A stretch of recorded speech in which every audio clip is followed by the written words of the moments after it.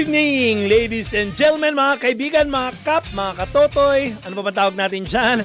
Welcome to In My Toolbox, your weekly talk show on your personal finance. Ayan naman, of course, dito lang po yan sa PHLV Radio.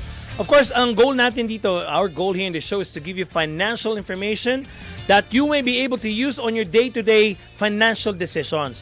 We will unbox topics that will hopefully aid you and guide you and maybe even add to your financial tools. Syempre, we will tackle important information mostly not taught in school but so much needed to empower you financially. As usual mga kaibigan, atin lang pong disclaimer dito, in any idea that will transpire in this show, always consult with your financial advisors, insurance professionals, or tax consultants. Ayan. My name is Enrico Pobre. I'm your host. Of course, I'm a sales, marketing, and trainer, an economist, and an entrepreneur, and a financial professional as well. Well, guys, if you have some questions, of course, ask them away on the chat box below, or if you will be listening to this show on a later time, please feel free to connect with me through my Facebook page, In My Toolbox, or connect with me via Instagram or LinkedIn, or simply Google my name, Enrico Pobre. You can definitely find me there, or you can email me at enrico.inmytoolbox@gmail.com. Ayan naman po mga kaibigan. Good evening na naman po. Once again, we are here another episode of In My Toolbox. So we've talked about a lot of things, guys, for the last 6 months, and I just can't really believe that we've been here for more than 6 months. Again, thank you so much, PHLV, kay Kuya Yo, for giving us this chance to, of course, to share with you guys this powerful, ideas, concepts of, it's just an avenue that we can talk about money and finances. Ayan naman, Again, PHLV Radio lang po yan. For today naman po, we've discussed this one in our previous shows before. I just decided to put it back because, of course, in just one show, we will not get it all or even get the idea of what the topic is all about. Yeah, it's good to listen. Alam niyo naman po, just like when you're watching a movie, and you tell yourself, oh, why did I not catch that the last time I saw it? Ganon din po dito.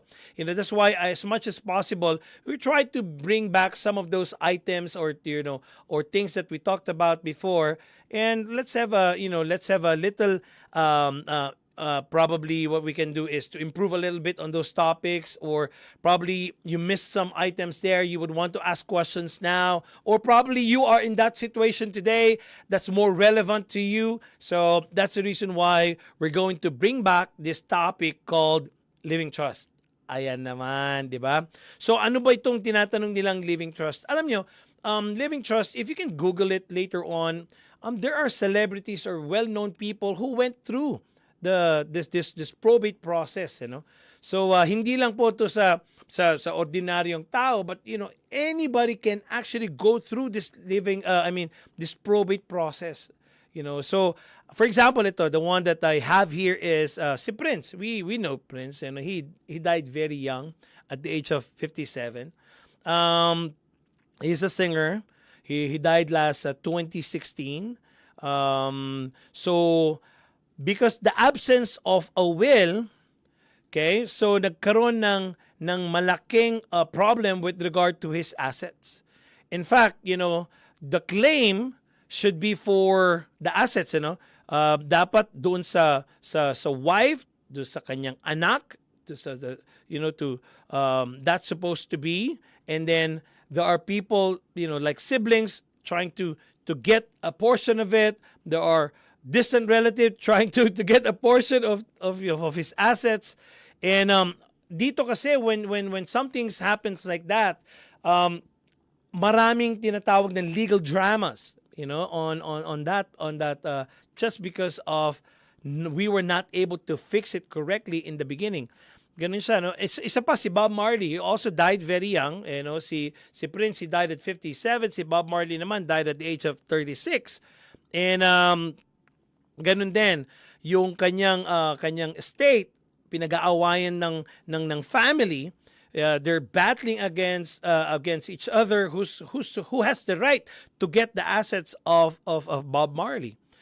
So well, he died of cancer, pero nung nawala na siya, all of these things has to go through the probate process. And so is si Aretha Franklin or si Michael Jackson. So there's a lot of people who went through this probate process, legal drama, because they died without a will. Okay? So matanong lang, what if a person dies without a will? Ano ba yung nandoon? Bakit? Why are these people, or you may be going through that at this point? What is to die without a will? Well, dying without a will is known as intestate. It means that you do not have any say who receives your assets. Yun lang ibig sabihin nun. So a person who dies without a will, you're actually allowing the court system, okay, to do the job that you should have done. Yun lang yon. So yun ang intestate. So you're allowing the court to decide who or what assets or what goes to whom. There you go. So now this has to go to a probate process. Yun yung tinatawag nating probate kanina. So well, a probate, it doesn't sound good and it doesn't, work so well as well, because it's going to be a very expensive and it's a very drawn out legal process, which determines, of course, that process of probate determines who inherits the estate that you didn't actually put into paper. And then the probate process can take from few months to so many years, depending on how complicated the estate is. Of course, So these things vary from state to state. So if you die and leave a spouse and kids, your assets will be split between surviving mate and children. So that's what it means, right? If you're single, no children, then the state is likely to decide who amongst your blood relatives will inherit your estate. Well, it's easier said than done. But then again, guys, the process, the legal drama, the time, the effort, the money that you spend, it's going to be a lot, And we are always in the mercy of what? The probate court, of course, So what is a will? Ano ba yung will na ito? Well, a will is a legal document that lets you tell the whole world who should receive which of your assets after you die. So it allows you to name guardians for any dependent children, or without a will, the court decides what happens to your assets and who is responsible for your kids. That's just how it is, because you did not do the job when you were alive. And of course, it's all about control. So when you have a will, it's having control while you're alive, and you're having control when you're dead. That's just the way it is. But we have to put it into what? In a legal paper. And that's what the will is all about. So although wills have they have limitations, especially on the beneficiary designations on financial accounts or insurance policies and other assets, syempre, lahat ng mga ito have precedence over the will. So it is important for you guys to make sure that your beneficiary designations are up to date. And of course, it reflects every wish that you have. For example, say you list your husband as the primary beneficiary on your retirement plan at work.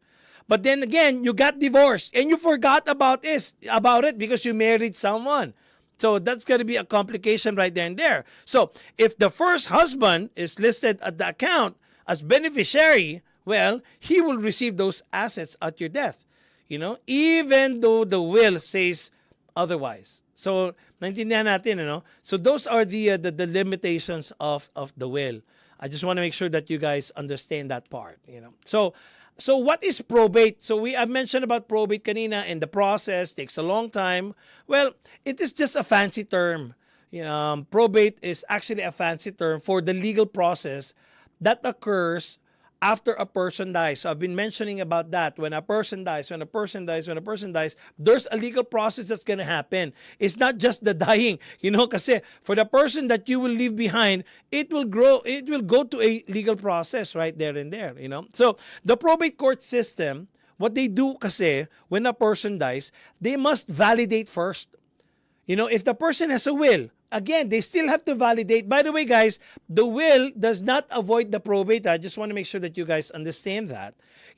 A will is just a legal document that will bring you to probate. Because, of course, the probate court, once they receive the will, they have to validate it. They have to authenticate it. If the will is actually really valid. So that's the whole point. So even if you have a will, there's a misconception kasi. When a person dies and you have a will, you don't go through probate. Of course, you will go to probate. Again, that's a legal document that will go and bring you to the probate process. Okay, so after that, after validating the will, then the proceeds or the assets of the deceased will now be distributed to the state among the heirs. Okay, so when a person leaves no will, that's where the problem is. The probate court must decide. Kasi nga, again, I mentioned about intestate kanina, you're allowing the court system to what? To distribute the assets because you didn't do it when you were still alive. Okay, so that's going to be according to the law of the state that you're in. Kasi this law varies from state to state. So they will tell you, or they will decide for you who gets what. Okay, so Enrico, it looks like it's so easy. Yes, it sounds like it's so easy, right? But actually, I don't find it so easy because probate is a very expensive process. Hindi lang it's not just the money, it's also the time. It's gonna take away few months of this or to many years. Depending on how to complicated the state, as I mentioned a while ago. So if you want to spare your loved ones or your heirs the hassle of probate, you need to know that there are few ways on how to avoid this probate process. And that's where the living trust is. The reason why I have to talk about the will kanina, of course, that's the will, your will, right? That's what you would want to happen to your estate.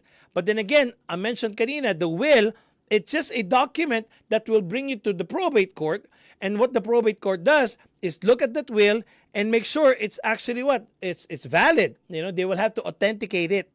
So now, for you naman, the point naman that I'm talking to you about tonight is for you to avoid the probate. There you go, right? For you to avoid the probate, there is actually a very simple process that you have to execute. You have to have a living trust.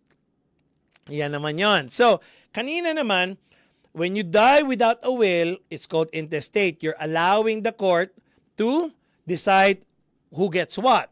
Now, you died with a will. Still, that will is a legal document that will go to the probate court and just to validate if it's real and then execute as what you wish are, right? Wishes are.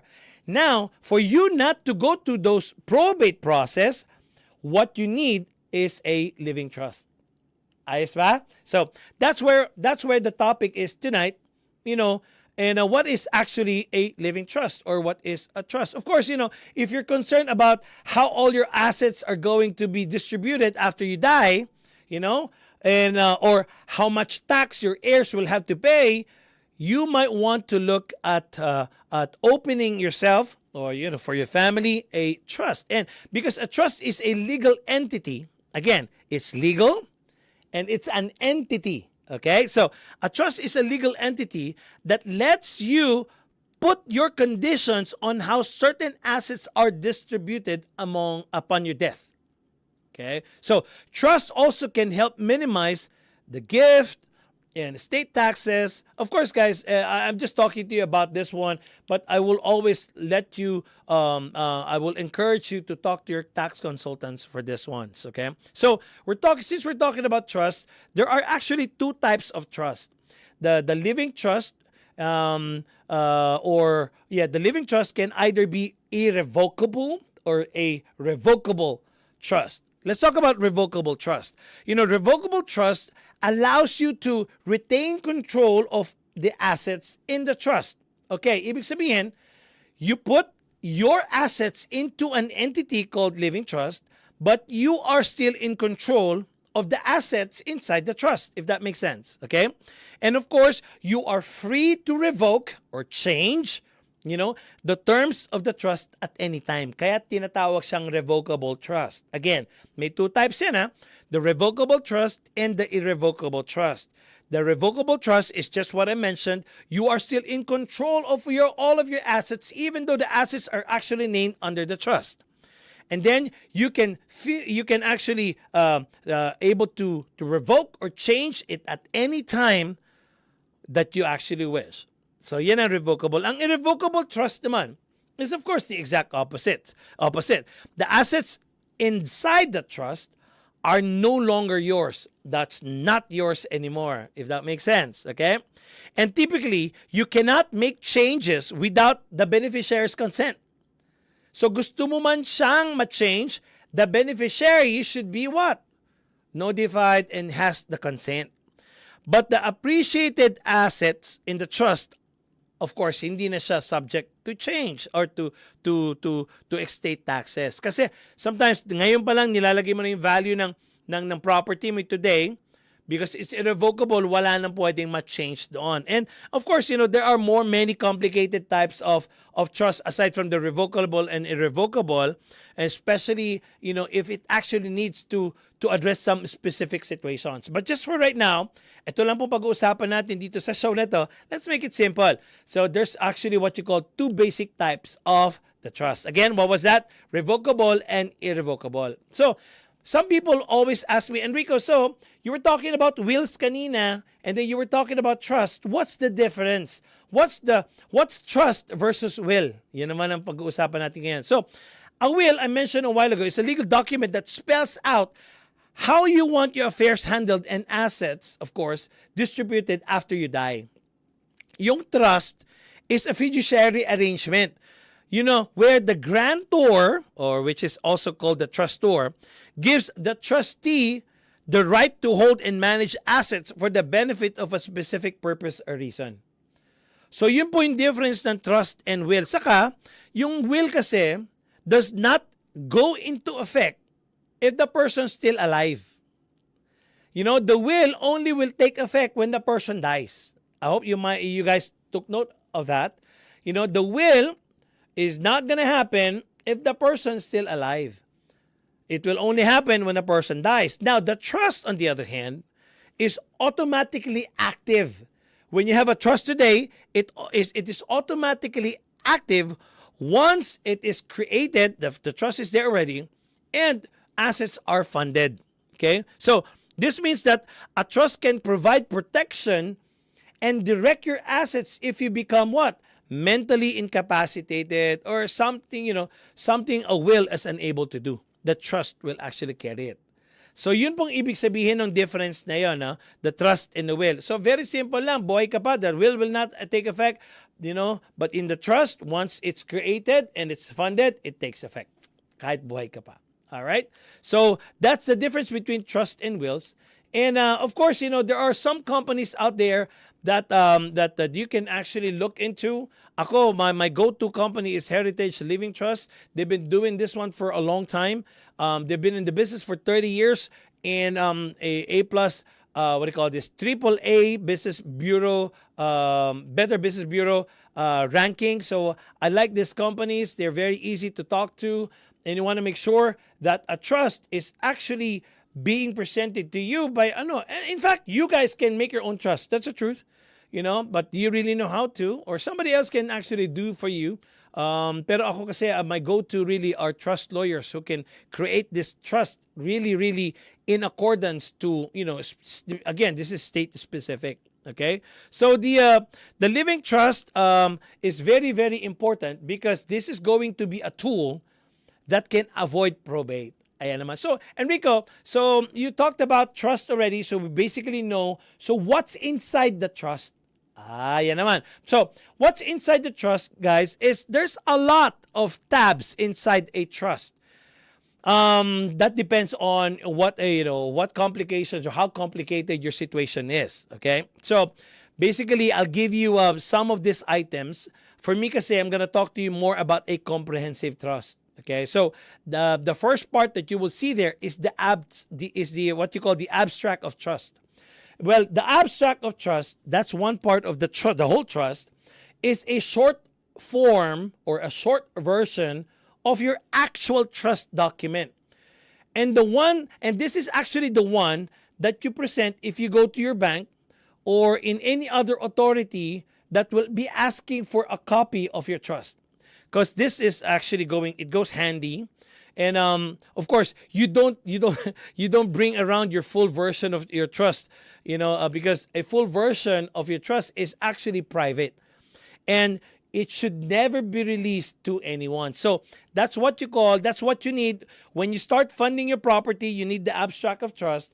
When you go to your bank, change the name of your bank into the name of the trust. That's the abstract of trust that you need to bring. Okay, or your life insurance or your annuity products. So this is the requirement that you need to give to them, that you're actually putting those platforms under the trust name, if that makes sense. Okay, we talked about the full version of the trust. That's the second thing I'm going to talk to you about, the living trust document. So this living trust document is the full version of the living trust. So this is where it details your wishes, names your beneficiary, and this is where you give specific instruction to your successor trustee on how to settle your estate. So dito mo sinasabi kung ano yung gusto mo mangyari. So this is the living trust already. So it is what you call the controlling document of your living trust. Remember a while ago I was telling you about control, right? You are in control while you're alive, and you're still in control even though you're dead. So this document states everything that you wish that you would want your asset or your estate to be distributed, and who goes to what, right? So what goes to who pala. So you may amend your wishes, of course, if it's a revocable trust. I mentioned that a while ago. In this document, anytime while you are still alive. Okay, so while you're still alive, you can amend it at any time. You can have some changes. Just call the lawyer or the organization that created your trust and help you, amend some of the things in the revocable living trust. You can do this while you're still alive. All right. So now, of course, when you die, that trust now becomes irrevocable. So it becomes irrevocable at the time of your death. So nobody can change it anymore inside when a person dies. Okay. So again, the living trust document, this is the full version of the living trust. So this is very important. This is very private. Again, this is where your wishes, and this is where your beneficiaries are, or whatever specific instructions that you would want your successor trustee to execute about your estate. All right. So, yan naman po ang tinatawag nating, pangatlo naman po, tinatawag nating schedules of trust. Okay? So, another tab or another part of your living trust is what you call the schedules of trust. So, this is a document where you list all your assets. Okay? You list all your assets and what you would want to put into your trust. And this is a sort of parang tinatawag nating inventory. Ito yung inventory of your assets. So you have a list of your assets. This is the inventory of your assets. And of course, there are going to be some provisions for real estate and personal property. And this document is a vital and important part of funding your trust. Pag sinasabi pong funding, okay, when the word funding is, this is just means that you're transferring the ownership to your trust. For example, yung real estate natin, yung pag-aari natin ng bahay. So the name of, for example, the name of the property, of course, is under your name. So magkakaroon tayo ng quit claim, and then after the quit claim, we will name the living trust as the owner of the property. That's what it means by funding. So usually po, you go to the assessor's office, you guys know this one, right? And then have that change. And a while ago kanina, the abstract of trust, that's one of the requirements that you will need to show your, of course, the assessor's office. So ililipat natin yung pangalan ng bahay mo to the living trust. Okay? All right, the next one.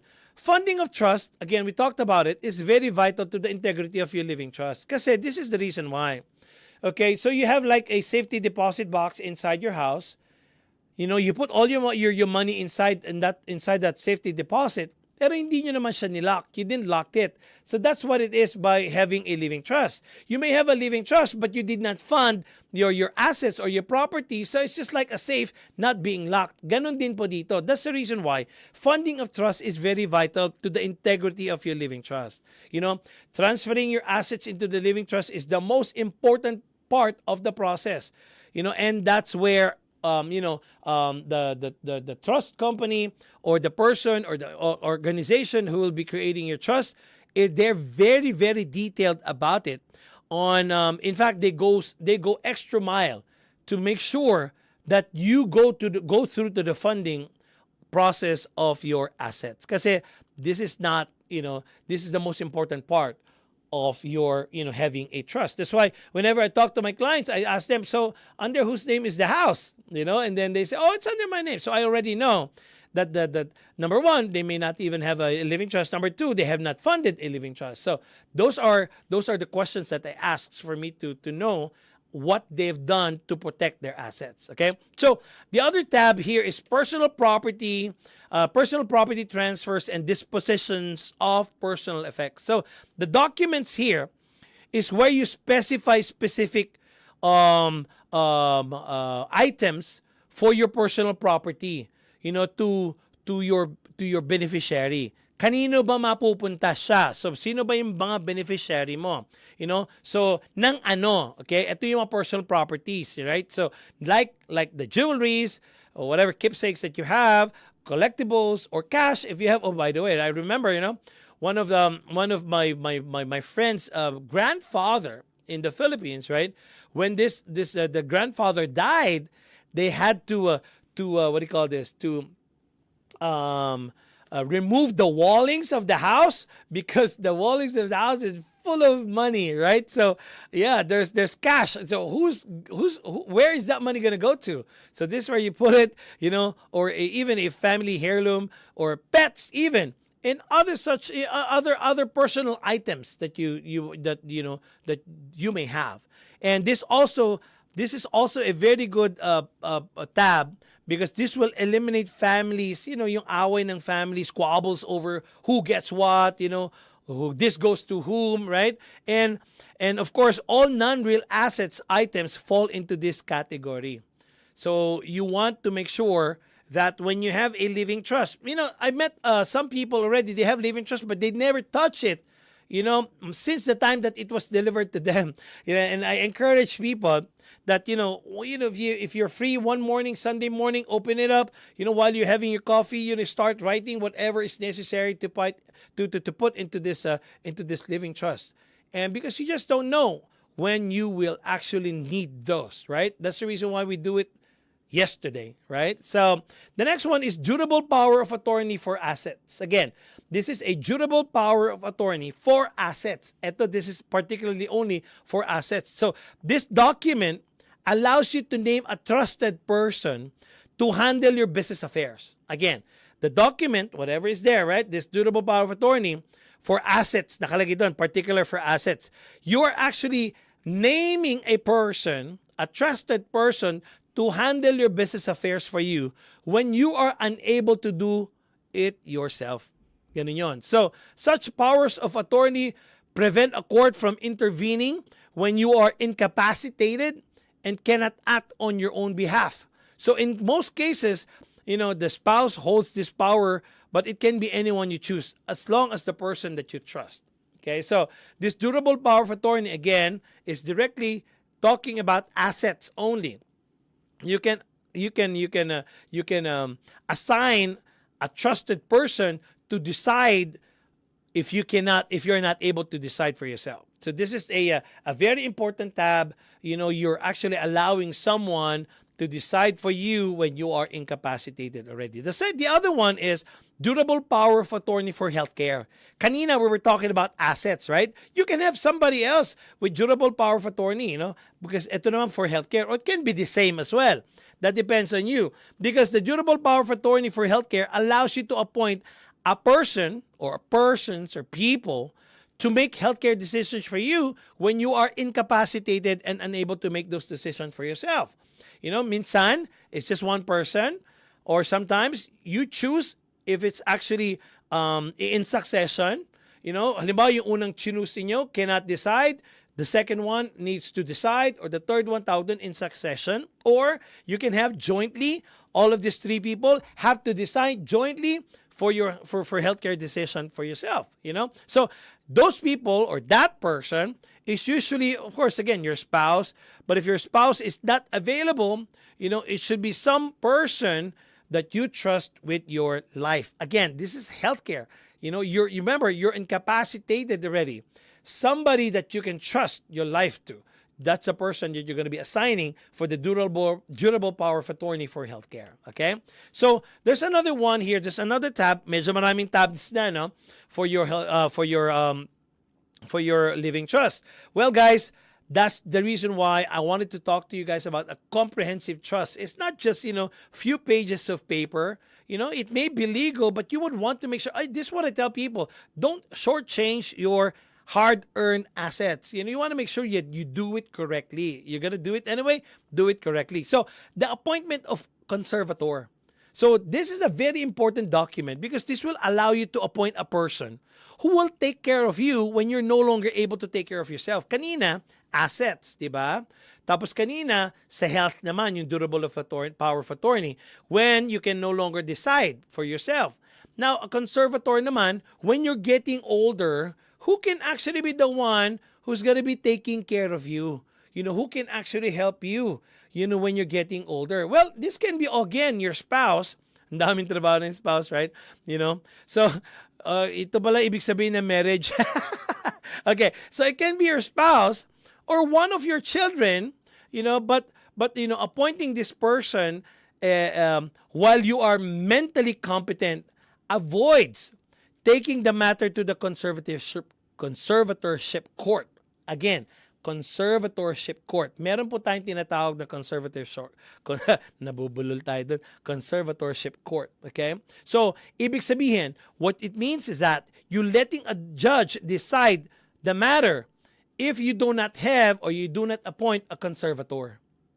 So, that's as far as it goes, guys. Somebody will decide it, for the people that you actually love. So, who loves you. So, ibig sabihin, you would want somebody, that right person, appointed to decide who's going to be taking care of you. So, yun ang ibig sabihin ng appointment of conservator. Okay? Living will or declaration for health care. This document naman, guys, is another tab of the whole comprehensive living trust. And it will actually instruct the attending physician regarding your wishes at the end of your life. If you are, of course, if you're terminally ill and if you're brain dead. So this living will or declaration for healthcare is instructing your physician. So it gives them permission to withdraw artificial life support or if there's no hope for your recovery. So, well, there's of course several options are provided even as putting antibiotics. That's going to be part of those choices. But what I'm trying to say here is you are in this page or in this tab, you're allowing you're instructing your physician regarding your wishes at your end of your life. Okay? So at the end of your life. So another tab here is pour over will. The pour over will, guys, is actually a document that at your death, the pour over will direct all assets, what is actually left outside the trust, to be poured over into the trust prior to the distribution of your heir once they have cleared probate. So ibig lang sabihin, there are some maybe items that's going to be left behind that you were not able to put in, into the living trust. Now, this document pour over will actually include whatever is your wishes inside that trust after the probate process. Okay? So kasi syempre you were not able to put it into the living trust, it will go to probate, but what's going to happen there is whatever is in your will, that will happen anyway according to your living trust.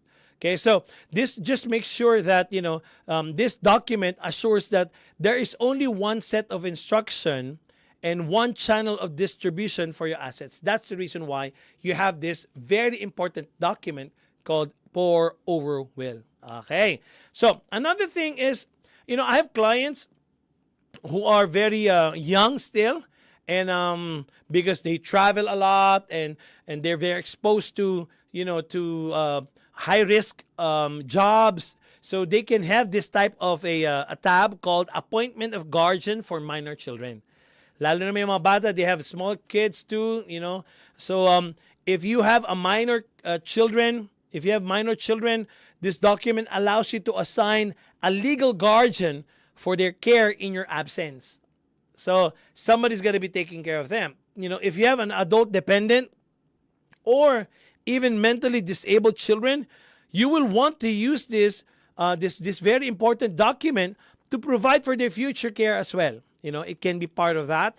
And for special cases or special needs, there are what you call special needs provision that, of course, it is advisable if, especially if this kids or special needs people are receiving government assistance, you might want to have this one as well.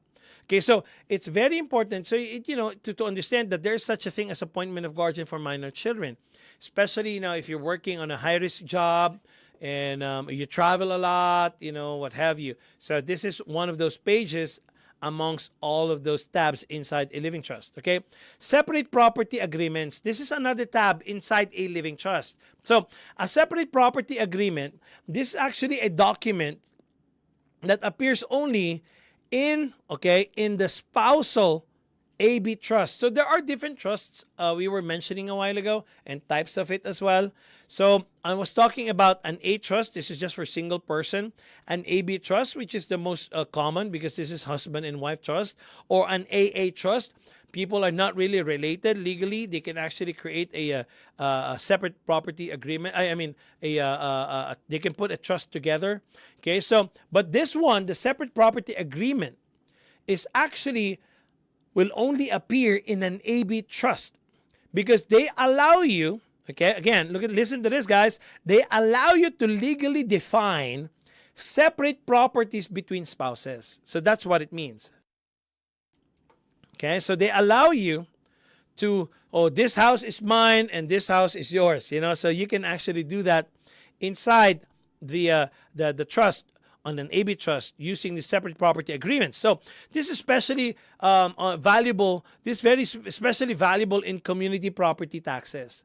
Okay, community property states. So this document should be used where an individual spouse may own a property prior to the marriage, and wants to hold ownership separate from the spouse. So that's what it means by separate property agreements. Okay, and then again, there's another tab here in the living trust called the last instructions to your family. Well, guys, this is actually my favorite part of the whole living trust because this is not a legal document. Again, this part is not a legal document, but it provides you with the opportunity to write a final private communication to your family and hold it in confidence until your death. So I joke around, you can actually write there, ikaw, anak ko, nang pinanganak kita, when I gave birth to you, I was having a hard time, and, ikaw, asawa ko, nangaliwa ka noong mga panahon na ito. Just kidding. Whatever you would want to put in there, that's going to be your last instructions to your family. But this is not going to be a legal document, but it is an important document as well. Okay, so the essential document locator is another tab in your comprehensive living trust. This section of trust provides valuable information for your successor trustee, such as the location of your important documents. And the identity of important people, like your pastor, your accountant, your financial advisors. I worked in a bank before, guys, and I've seen those. Some people are calling me. Does my husband have a bank account with this bank? You just don't say yes or no immediately, right? It goes through the process. But what I'm trying to say here, guys, my point here is you make it easy for these people to locate your whatever documents or assets that you have not mentioned, maybe, especially bank accounts or identity of people. Like your financial advisors, etc. And although this is not a legal document as well, but this is going to provide the right information for your successor trustee. And of course, it will make their job more, easier to execute the will that you have. Okay. So the other part of the legal, the living trust documents or tabs is the settler trustee instruction. So in this section, your successor trustee receives instruction on how to settle your trust. All settlement options are already covered. So this instructions guide will be, of course, a guidance for your successor trustee through the settlement process all the way to the conclusion of the living trust. So you would want to have this settler trustee instruction. So again, guys, I know this is a very short topic for us today. It's all about living trust, but nonetheless, even though it is a very short topic, it is a very important topic because this is where I'm coming from. I'm actually teaching people how to grow money. I'm teaching how to save money. I'm teaching how to become financially free. These are the topics that we talk about in this show. But I feel so compelled that we also want to teach people on how to protect their hard-earned money and want to make sure that we become responsible too on protecting them. And of course, we leave this hard-earned money and assets to our family easier for them, to receive it. You don't want to go to the probate court. You don't want to go through that probate process. And of course, guys, the most loving thing that you can do for your family is to create this living trust, because the living trust is the only way that we can actually avoid probate. Remember in the beginning, we have the will, but it goes to probate. If you die without a will, everything goes to probate. The only thing that will actually avoid the probate is to have a living trust. So again, the most loving thing that you can do for your family is to create a living trust. Of course, for the protection, okay? And the most dangerous thing you can do is to procrastinate. I hope you guys learned something today, because there is no time like the present. So you would want to make sure that you become responsible in getting things done, putting things together the right way. And of course, take the most important step right now. Go ahead, go look for a person or a company, institution, organization who can help you start building your living trust. Ayan naman po mga kaibigan. So hanggang dito lang po tayo mga kaibigan. And I hope really that you learned something about the living trust and the importance of living trust. Again, my name is Enrico Pobre. You're listening to In My Toolbox. Hanggang sa susunod naman po na episode. See you tomorrow!